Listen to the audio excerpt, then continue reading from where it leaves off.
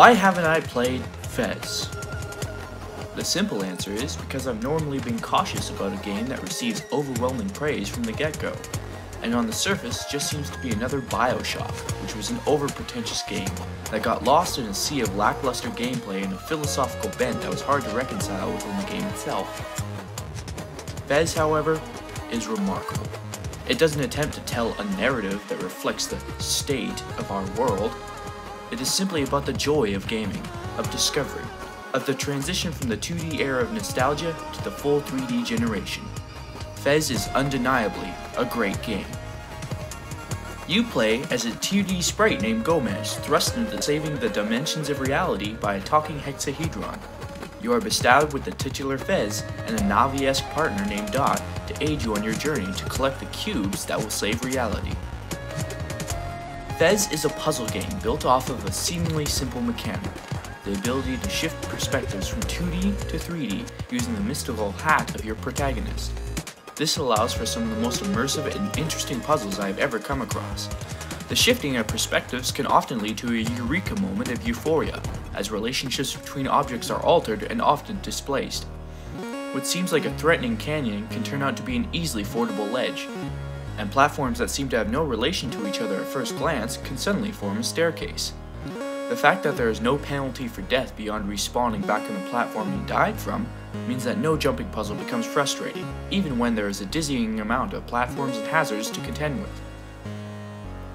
The world is also strewn with codes and clues to aid you with your puzzle solving, which is a nice reward for attentive players.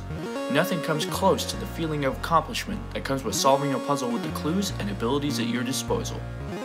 The game is at its strongest when it focuses on these types of puzzles, and each mechanic introduced only adds to its depth. However, the game takes a major hit when it relies on outside sources for its solutions, with some of the more convoluted puzzles taking a sharp turn into obscure lunacy. One puzzle will have you translating binary code from a barely seen hint, and another still has people guessing in forums to this day.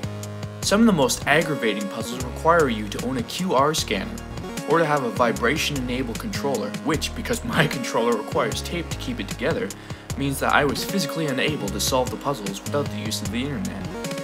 However, to beat the game the first time around, you only need a certain number of cubes, and if you are sharp-eyed and diligently explore, you should come up with the requisite number of cubes and anti-cubes to beat the game for the first time, at which point your journey has only just begun.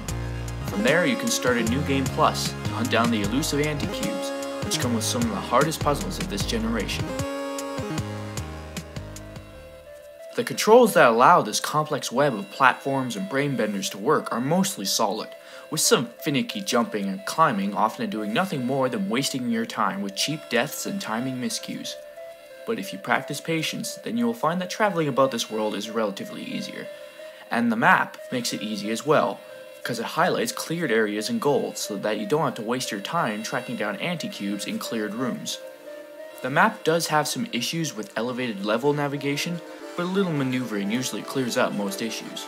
The art design, utilizing a pixel art style reminiscent of old-school 16-bit games, is simply gorgeous, the bright colors making some of the sights in the game wonders to behold. The level design is impressive, with each detour from the path leading to exciting and mysterious new worlds. One moment you could be exploring a massive science facility, and the next you could find yourself being magically transported to a graveyard. There's lots of hidden rooms which provide their own spin on reality, and they will definitely bring a smile to your face, or just give you a headache. There's a lot of derelict facilities and ruins in this world to give it a palpable sense of mystery, and you will probably end up getting lost in the experience. There's even a full language and numbers system for you to decipher with the help of some hidden artifacts. That said, there are some frame rate issues that give some ragged edges to the cinematic sweep of level introduction, and it can be hard to tell sometimes whether a glitch is happening at all, due to the presentation and narrative incorporating a full system crash and reboot into the game itself. The sound is also a blast from the past, with 16-bit ambiences and effects helping tip this game even further into immersive bliss. The music by Disasterpiece could have merely coasted on the beautiful game world, but it brings a level of charm and beauty all its own. Fez, a product of Canadian game designer Phil Fish, had started to become a legend in the gaming community for its long-delayed release. But, now that it's been available for a year, it still breathes an aura of mystery all its own, and it rightfully deserves a spot on the pedestal with its forebears. If you crave a thought-provoking, mind-bending puzzle adventure with nods to the great platformers of yesteryear, then this will prove to be worth the time you invest into it. Not bad for a first game.